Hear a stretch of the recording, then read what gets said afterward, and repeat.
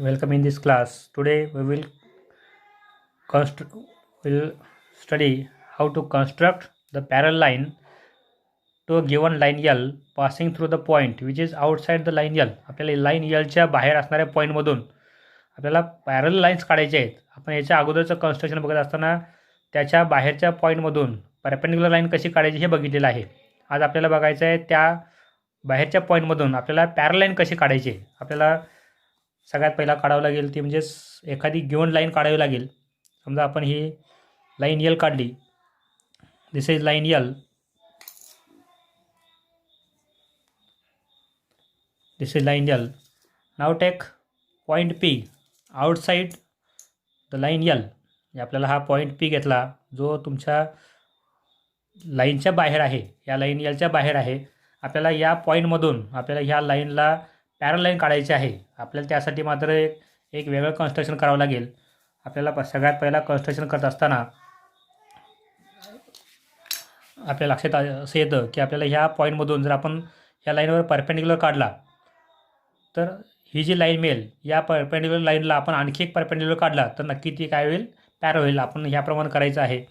हेच आपण पहिला पॉईंट P वरती ठेवला आणि आपलं डिस्टन्स घेत असताना अशा प्रकारे डिस्टन्स घेतलं की तुमची ते डिस्टन्स हे तुमचं त्या लाईनच्यासुद्धा पुढं जाईल. आपण इथं डिस्टन्स असं घेतलेलं आहे की तुमचं हे डिस्टन्स तुमच्या या लाईनच्या पेक्षा जास्त असेल. आपल्याला आता यातून 2 पॉईंट ऑफ इंटरसेक्शन मिळवायचे आहेत. आणि आता ह्या पॉईंटमधून आपल्याला डिस्टन्स घेऊन आपल्याला निम्म्यापेक्षा जास्त अंतर घ्यायचं आहे. मोर दॅन हाफ घ्यायचं आहे आणि आपल्याला एक आर्क काढायचा आहे. नंतर त्याच्या पलीकडच्या पॉईंटमधून तुम्हाला या पॉईंटला या आर्कला इंटरसेक्ट करेल अशा प्रकारचा एक आर्क काढायचा आहे. आपल्याला आत्ता जो मिळालेला पॉईंट ऑफ इंटरसेक्शन आहे हा पॉईंट ऑफ इंटरसेक्शन आणि हा तुमचा पॉईंट P म्हणजे आपण याच्या अगोदर जे कन्स्ट्रक्शन केलेलं आहे तेच कन्स्ट्रक्शन आपण इथं केलेलं आहे. म्हणजे आपला हा एक भाग झाला. आपण एक लाईन काढलेली आहे. ही लाईन जी आहे ती लाईन आपल्याला आत्ता लक्षात येतं की ही या पॉईंट Pमधून जाणार आहे आणि या लाईन Lला परपेंडिक्युलर आहे. आता आपल्याला बघायचं आहे ते म्हणजेच या पॉईंट Pमधून जर समजा आपण या आत्ता काढलेल्या लाईनला जर परपेंडिक्युलर लाईन काढली तर नक्की काय होईल, ह्या एकाच लाईनला तुमच्या 2 लाईन परपेंडिक्युलर होतील म्हणजे ह्या 2 लाईन्स पॅरल होतील. आता आपल्याला फक्त एकच कंडिशन बघायची आहे ती म्हणजेच या पॉईंट Pमधून आपल्याला ह्या लाईन Lला पॅरल काढण्यासाठी आता ह्याच्यामधून आपल्याला परपेंडिक्युलर काढायचं आणि त्याच्यासाठी आपल्याला परत कंडिशन एकच असेल ती म्हणजेच या पॉईंट Pमधून आपल्याला एक डिस्टन्स घ्यायचा आहे आणि डिस्टन्स घेऊन आपल्याला 2 पॉईंट मिळवायचे आहेत. इक्वल डिस्टन्सवर जे तुमचे 2 पॉईंट मिळाले. आता हे 2 पॉईंट जे आहेत त्यातून आपल्याला फक्त याचा परपेंडिक्युलर आपण बायसेक्टर काढला म्हणजे आपण परत आणखी एकदा आपले जे कन्स्ट्रक्शन अगोदर होते त्या कन्स्ट्रक्शनचा आपण इथं परत दुसऱ्यांदा वापर करतो आहे. हे मोर दॅन हे डिस्टन्स झालं हाफ, याचं आपण थोडंसं वाढवलं. हा तुमचा मोर दॅन हाफ डिस्टन्स झाला. म्हणजे आपण हे 2 आर्क काढले आणि आता पलीकडच्या बाजूला जो पॉईंट असेल त्या पॉईंटमधून तुम्हाला आणखी आता आपण काढलेल्या आर्कना इंटरसेक्ट करणारे तुमचे आर्क मिळतील. हे तुमचे हे 2 त्या ठिकाणी आर्क मिळतील. म्हणजे आपले हे 2 आर्क झाले. आता आपण ह्या 2 आर्कमधून जर लाईन काढली तर आपल्या लक्षात असं येतं की ही लाईन तुमच्या बरोबर त्या पॉईंट Pमधून जाते आणि ती आपण जर बघितलं तर ती तुमच्या त्या अगोदरच्या लाईनला 2 नंबरची आपण जी लाईन काढली त्या 2 नंबरच्या लाईनला ही परपेंडिक्युलर आहे. म्हणजे ही 2 परपेंडिक्युलर आहेत आणि आपण जर विचार केला तर या 2 परपेंडिक्युलर असल्यामुळे हे एकाच लाईनला परपेंडिक्युलर आहेत. म्हणजे तुमची ही लाईन या ठिकाणी या लाईन Lला पॅरल असेल. आपण ही लिहिलं लाईन M म्हणजे लाईन L आणि लाईन M पॅरल आहेत आणि ह्या लाईन Lच्या बाहेर असणाऱ्या पॉईंटमधून तुम्ही ही लाईन पॅरल काढलेली आहे. Our next construction is construction of line parallel to a given line L passing through point P away from the line at a given distance 5 cm. आपल्या अगोदरच्या एक्झाम्पलमध्ये मात्र तुमचा एनी पॉईंट P म्हटला होता तो कुठेही असू शकतो. आता मात्र कंडिशन दिलेली आहे की तुमच्या लाईन Lच्या बाहेर असणाऱ्या पॉईंट Pचं अंतर जे आहे ते मात्र बरोबर 5 सेंटीमीटर आहे. म्हणजे आपल्याला अगोदरच्या एक्झाम्पलप्रमाणे इथं विचार केला की थोडंसं आपलं आणखी एक एक्स्ट्रा एक्झाम्पल आपण थोडंसं चेंज करून घेतलेलं आहे.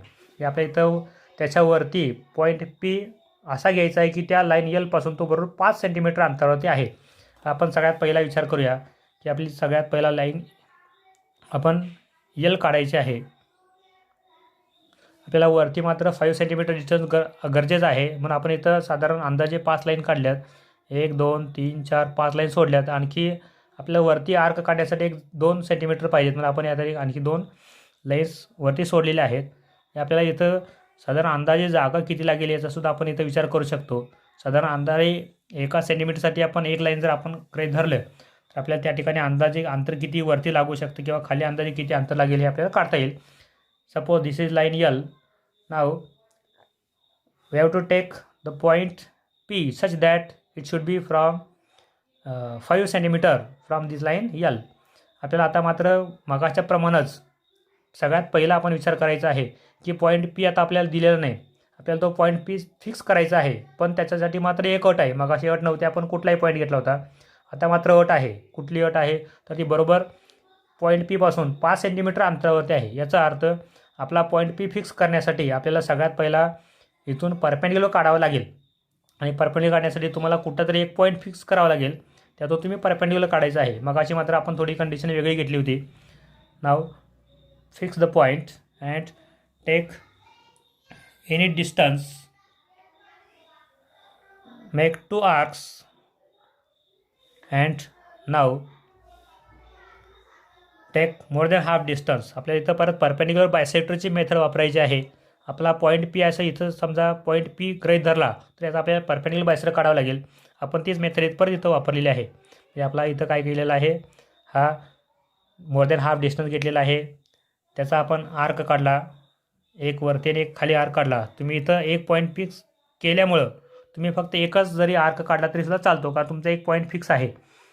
मग आपण याचा परत आणखी एकदा परपेंडिक्युलर बायसेक्टर काढलेला आहे. म्हणजे हा आपला झाला परपेंडिक्युलर बायसेक्टर.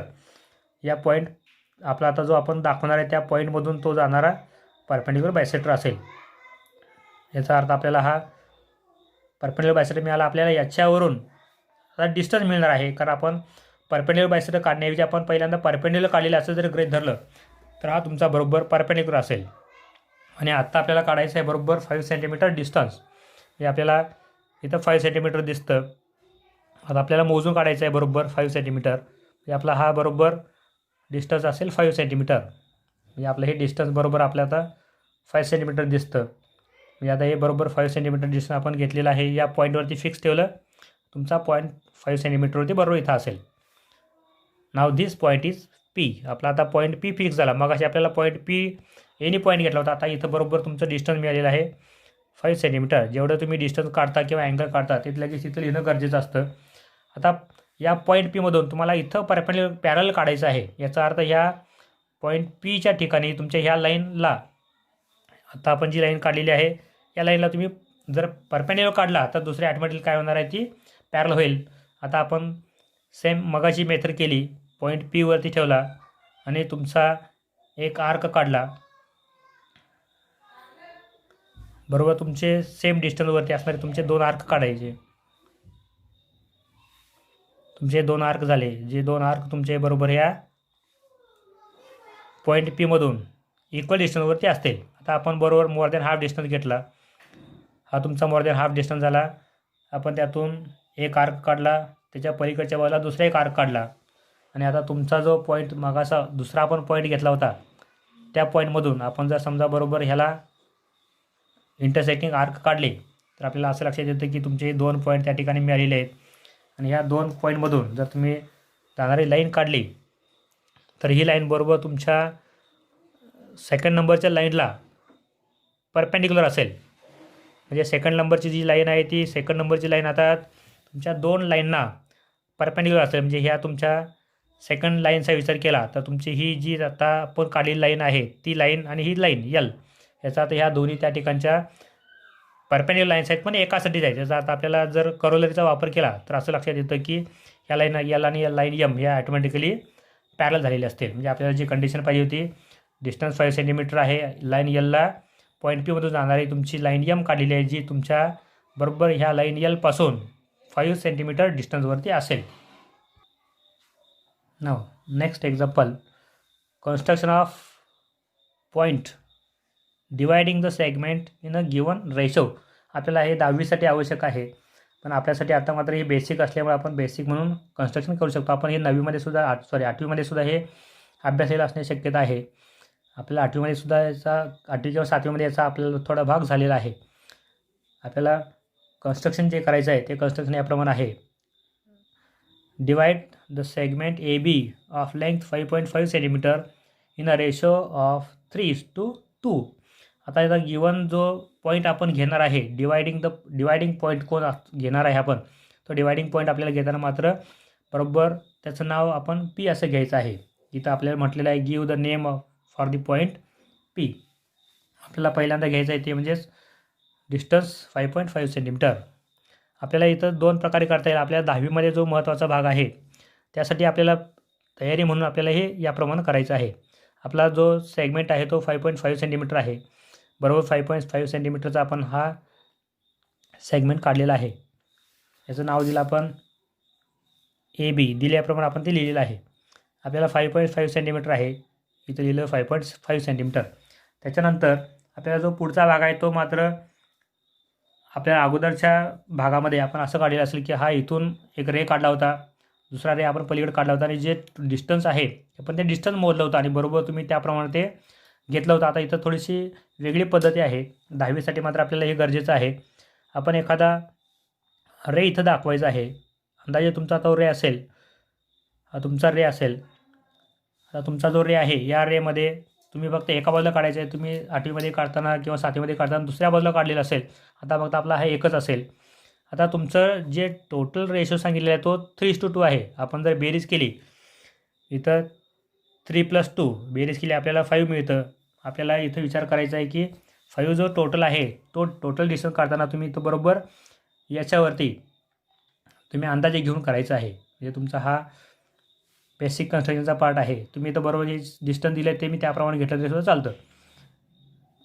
समजा मी थोडंसं वाढवलेलं आहे, अंदाजे तुम्ही थोडंसं वाढवणं गरजेचं आहे. म्हणजे तुमचा जो आर्क येईल तो आर्क व्यवस्थित येईल.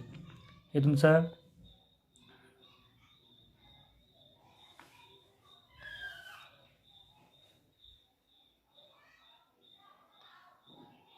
हा तुमचा पहिला आर्क आहे, त्याच्यावरती तुम्ही ठेवायचा आहे.